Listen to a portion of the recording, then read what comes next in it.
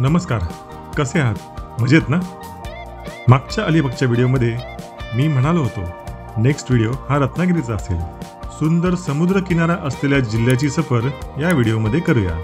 रत्नागिरीमध्ये आडिवरे गावात आदितीची म्हणजे तावडे यांची कुलदेवी आहे. वर्षातून एकदा तरी आपण आपल्या कुलदेवीच्या दर्शन घेतलेच पाहिजे असे म्हणतात. इथे आम्ही 3 दिवस आहोत. यामध्ये आम्ही 2 ठिकाणी स्टे सुद्धा करणार आहोत. तर हा व्हिडिओचा पहिला भाग आहे. सुरुवात आडिवरे गावातील महाकाली मंदिरापासून करू. त्यानंतर अजून काही ठिकाणं ठरवली आहेत ते बघू. सो हा व्हिडिओ शेवटपर्यंत बघा. मी आहे विवेक जाधव आणि तुम्ही बघत आहात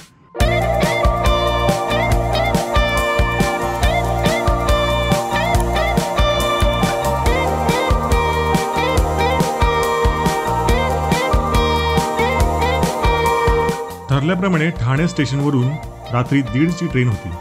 नेहमीप्रमाणे ती लेट झाली आणि आम्ही सकाळी रत्नागिरी स्टेशनला लेट पोहोचलो.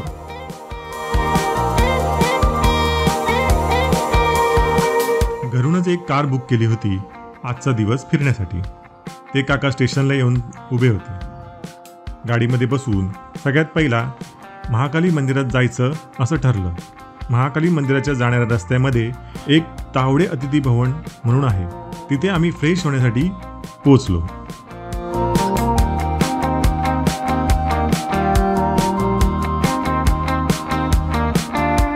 तावडे अतिथी भवन बरंच मोठं आहे.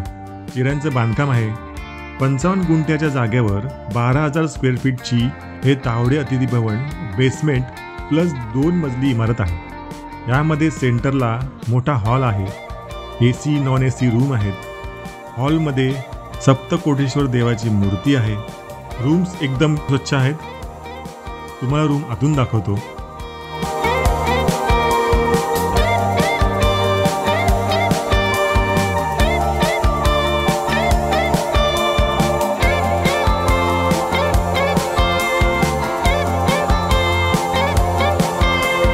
तावडे अतिथी भवन बांधण्याचा मुख्य उद्देश मला वाटतं असा असावा, कुलदेवीचे दर्शनासाठी जी गैरसोय होत होती ती होऊ नये म्हणून असावी.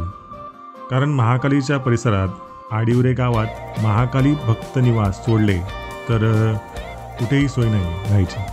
तावडे अतिथी भवन बांधल्यामुळे राहण्याची खाण्याची चांगली सोय आहे. इथून 5 मिनिटावरच हे मंदिर आहे.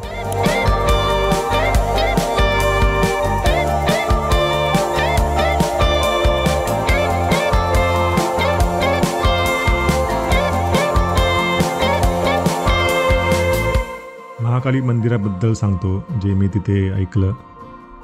हे मंदिर 800 ते 900 वर्ष जुनं आहे आणि असे म्हणतात की हे मंदिर आद्य शंकराचार्य यांनी 14व्या शतकात बांधलं होतं. मंदिर अत्यंत सुंदर असून त्याची चांगल्या प्रकारे काळजी घेतली आहे.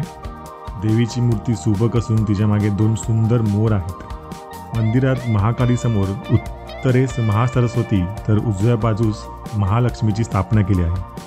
मंदिराच्या परिसरात उजव्या बाजूला योगेश्वरी देवी आणि नगरेश्वर व रवळनाथ ही मंदिरे आहेत. देवीचे दर्शन घेताना सर्वप्रथम परिसरातील नागेश्वराचे, त्यानंतर महालक्ष्मीचे, रवळनाथाचे आणि त्यानंतर महाकालीचे व महासरस्वतीचे दर्शन घेण्याची प्रथा आहे. या संपूर्ण परिसराला महाकाली पंचायत असेही म्हणतात. अशा या प्राचीन मंदिराला छत्रपती शिवाजी महाराज, कान्होजी आंग्रे, समर्थ रामदास स्वामींनी भेट दिल्याचे पुरावे सापडतात.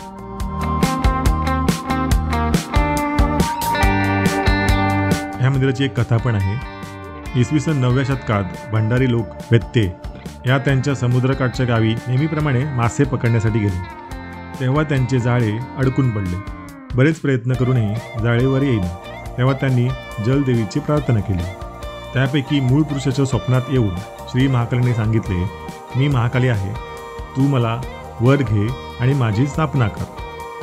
त्याप्रमाणे दुसऱ्या दिवशी जाळे ओढले असता त्यांना काळ्या पाषाणातील महाकालीची मूर्ती सापडली व त्यांनी सर्वांना घेऊन देवीची स्थापना केली. ही अशी कथा आहे. त्यानंतर आम्ही तिकडून निघून कशेळी गावातले कनकादित्य मंदिराकडे निघालो. कनकादित्य मंदिर हे सूर्य मंदिर आहे.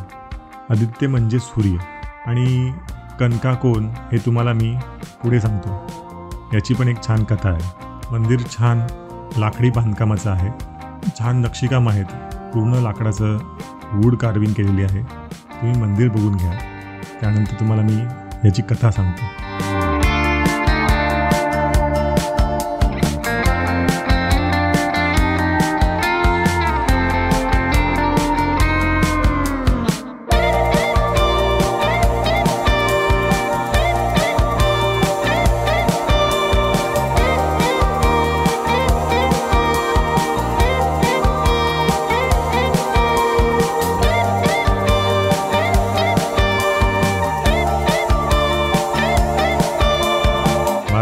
मध्ये अल्लाउद्दीन खिलजी जेव्हा सौराष्ट्रावर चाल करून आला, त्यावेळी प्रभास पट्टणच्या सूर्यमंदिरात वेगवेगळ्या आसनांवर बसलेल्या 12 सूर्यमूर्त्या होत्या, जे 12 महिन्याचे प्रतीक होते।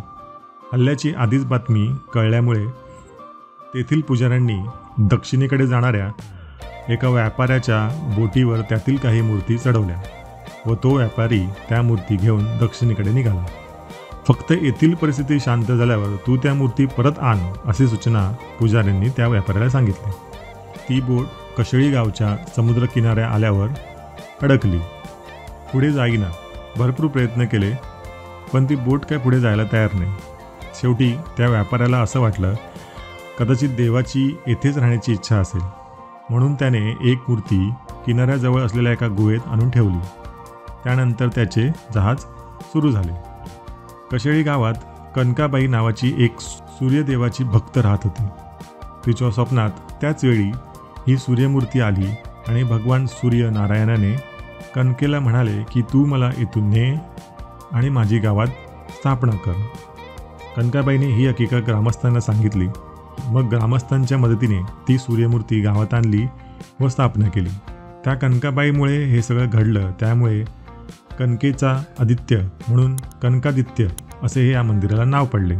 किनाऱ्यावर ज्या गुहेत ही मूर्ती सापडली त्यास देवाची खोली म्हणतात। गावातील कोणी माहितगार बरोबर असेल तर येथे न चुकता पोहोचता येतं। व्हिडिओ बराच मोठा होईल म्हणून इथेच थांबतो। पुन्हा भेटूया रत्नागिरीच्या दुसऱ्या भागात। तिथे आम्ही एका कोकणी थीमवर बांधलेल्या रिसॉर्टमध्ये स्टे करणार आहोत आणि त्यासोबत गणपतीपुळे आणि अजून काही ठिकाणं पाहणार आहोत। व्हिडिओ कसा वाटला नक्की कमेंट करून कळवा। आवडला असेल तर लाईक करा, शेअर करा आणि आमच्या चॅनलला सबस्क्राईब करा। भेटूया लवकरच। Bye bye.